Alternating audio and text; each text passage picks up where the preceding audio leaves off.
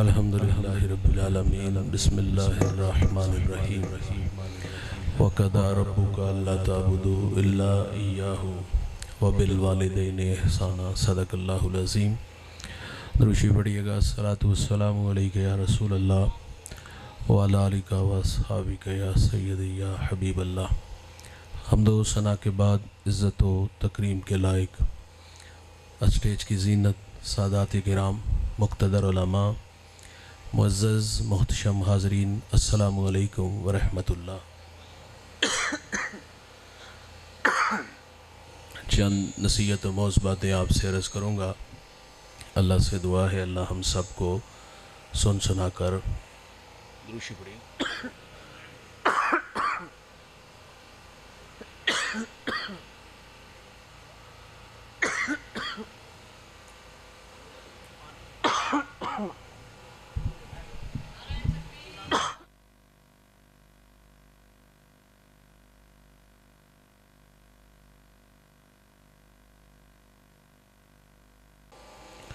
وَبِالْوَالِدَيْنِ إِحْسَانًا، اور والدین کے ساتھ حسن سلوک سے پیش آؤ۔ اپنی عبادت کے بعد ہم سے اس بات کا تقاضا کیا کہ تم والدین کے ساتھ حسن سلوک سے پیش آؤ۔ قبل از اسلام ہم رویے پڑھتے ہیں، اولاد کے والدین کے ساتھ بڑے ناروا تھے۔ ایک بہت بڑا فلسفی اپنے والد کو زد و کوب کر رہا تھا۔ اس سماج کے پڑھے لکھے بیٹے سے سوال ہوا کہ اس بوڑھے کا جرم کیا ہے؟ تو اس نے کہا تھا کہ یہ اسی لائق ہے کہ اس کو مارا جائے۔ میں عالم بالا میں تھا تو اس نے مجھے عالم اسفل میں دھکیل دیا۔ سادی کہتے علم کے راہ حق نہ نمائن جہالت است، ایسا علم جو حق کا راستہ نہ دکھائے وہ جہالت ہوتا ہے۔ ابو علا مرہ ایک بہت بڑا دانشور گزرا ہے، مرنے لگا تو لوگوں نے کہا کہ جب تو مر جائے تو ہم تیری قبر کے کتبے پر کیا لکھیں؟ بڑی بے ڈنگی سی بات کی اس نے کہا کہ میری قبر کے کتبے پر لکھنا کہ یہ وہ ہے جس کو اس کے والدین نے جنم دیا، لیکن یہ غلطی اس نے نہیں کی، شادی نہیں کی تھی، بچے نہیں تھے، بیوی نہیں تھی۔ تو قبل از اسلام اولاد کے ساتھ، والدین کے ساتھ اولاد کے رویے بڑے تلخ تھے۔ ماں کے ساتھ کیا رویہ تھا؟ ماں منڈیوں میں بکی، ماں ترکے میں بٹی۔ 3 بیٹوں نے اپنی سگی ماں کو 900 دراہم میں فروخت کیا اور پھر وہ پیسے آپس میں تقسیم کر لیے گئے۔ یہ رویے تھے قبل از اسلام۔ اور اسلام ماں باپ کو جن عزتوں سے نوازتا ہے، اپنی عبادت کے متصل بعد ہم سے تقاضا کرتا ہے کہ تم والدین کے ساتھ حسن سلوک سے پیش آؤ۔ نبی رحمت صلی اللہ علیہ وسلم فرماتے ہیں اللہ کی رضا والدین کی رضا میں ہے، اللہ کی ناراضگی والدین کی ناراضگی میں ہے۔ جس نے ماں باپ کو راضی رکھا اس نے اللہ کو راضی کیا، اور جس نے ماں باپ کو ناراض کیا اس نے اللہ کو ناراض کیا۔ بھائی جان، آپ نشان لگائیے گا اس بیٹے پہ جو فرما بردار ہے، اور اس نالائق پہ بھی نشان لگانا نہ بھولیے گا جس نے ماں باپ کو دھکے دیے، گالی دی، برادری میں، پرے پنچایت میں ان بوڑھوں کو ذلیل کیا۔ دونوں پہ نشان لگائیے گا۔ فرما بردار بیٹا جیے گا شان سے، مرے گا ایمان سے، اور جو نالائق ہوگا، نافرمان ہوگا، خدمت سے جی چرانے والا ہوگا، وہ دنیا میں بھی ذلیل ہوگا، اور جب داور محشر جو قیامت کا منصف ہے اس کے سامنے جائے گا تو سوائے ندامت اور شرمندگی کے اسے کچھ بھی نہیں ملے گا۔ اگر عزت سے جوانوں جینا ہے تو ان بوڑھوں کی عزت کرو، اور اگر یہ ہم سے روٹھ کے چلے گئے تو عرش کا رحمان ہمیں کبھی بھی معاف نہیں کرے گا۔ ماں باپ کی قدر ماں باپ کی زندگی میں، اور جنہوں نے ماں باپ کی قدر کی بھائی ان کی قدریں بحال۔ حضرت موسیٰ علیہ السلام نے ایک دن اللہ سے عرض کیا تھا کہ یا اللہ جنت میں میرا ہمسایہ کون ہوگا؟ تو ایک عام سے شخص کا نام لیا گیا کہ فلاں کسائی، فقط اس غرض سے اس کی دکان پہ آئی کہ میں دیکھوں کون سا عمل جس نے جنت میں اس کو میری ہمسائیگی عطا فرمائی۔ اس کی دکان پہ آئے اور اپنے بارے میں خبر نہیں دی کہ میں اللہ کا نبی موسیٰ علیہ السلام ہوں۔ اس کے مہمان بن کے اس کے گھر آئے۔ اچھا، جب گھر داخل ہوئے تو ایسا نہیں ہوا کہ نظریں چرا کے پیچھے حجرے میں چلا گیا ہو۔ رویے ہے نا، بوتل برگر چھپا کے لے جاتے ہیں، اور اس کا مطلب ہرگز یہ بھی نہیں کہ آپ بیوی کی خدمت نہ کرو، آپ کی خاطر ماں باپ، بہن بھائی، سہیلیاں چھوڑ کے آتی ہے، اس کی خدمت ہمارے ہی کندھوں پہ ہے۔ لیکن میرا کہنا ہے بھائی، جنہوں نے پالا پوسا جوان کیا، ہمیں یہاں تک لا کے کھڑا کیا، معذرت سے کہوں گا، ناراض نہ ہوئیے گا، میرا لہجہ تھوڑا سا تلخ ہوگا، سچ آکھی تے پامبڑ مچدے نے۔ اور اقبال نے کہا تھا کہ چمن میں تلخ نوائی میری گوارا کر، کہ زہر بھی کرتا ہے کبھی کار تریاکی، کڑوی کسیلی لیکن قبول ضرور کیجئے گا۔ یہ 500,000 کی چیز جو ہم چھپا کے لے جاتے ہیں، کیا شرم نہیں آتی بھائی؟ ان کی حیثیت اور اوقات ہی کیا ہے؟ خیر، موسیٰ علیہ السلام فرماتے گھر داخل ہوا تو میں نے کیا دیکھا؟ اس نے سب سے پہلا کام یہ کیا، لکڑیاں جمع کی، آگ جلائی، اس پر ہنڈیاں رکھی اور اپنے ہاتھوں سے کھانا بنایا۔ کھانا جب تیار ہوا تو چارپائی پہ ایک نحیف سی بڑیا تھی، اسے اٹھایا، نوالے توڑ توڑ کے اس کے منہ میں رکھے۔ جب بوڑھی ماں نے کھانا کھا لیا تو وہ کچھ کہنے لگی۔ موسیٰ علیہ السلام فرماتی یہ کون ہے؟ کہا ماں جی کچھ کہہ رہی ہیں۔ زیر لب مسکرا دیا، کہتا ہے ماں کہتی ہے اللہ جنت میں تمہیں موسیٰ علیہ السلام کا پڑوس عطا فرمائے۔ تعجب سے کہتا ہے بھائی جان آپ بتاؤ نا، کہاں اللہ کے نبی موسیٰ علیہ السلام اور کہاں میں؟ آپ جملہ سنو گے طبیعتوں میں نشہ پیدا ہو جائے گا۔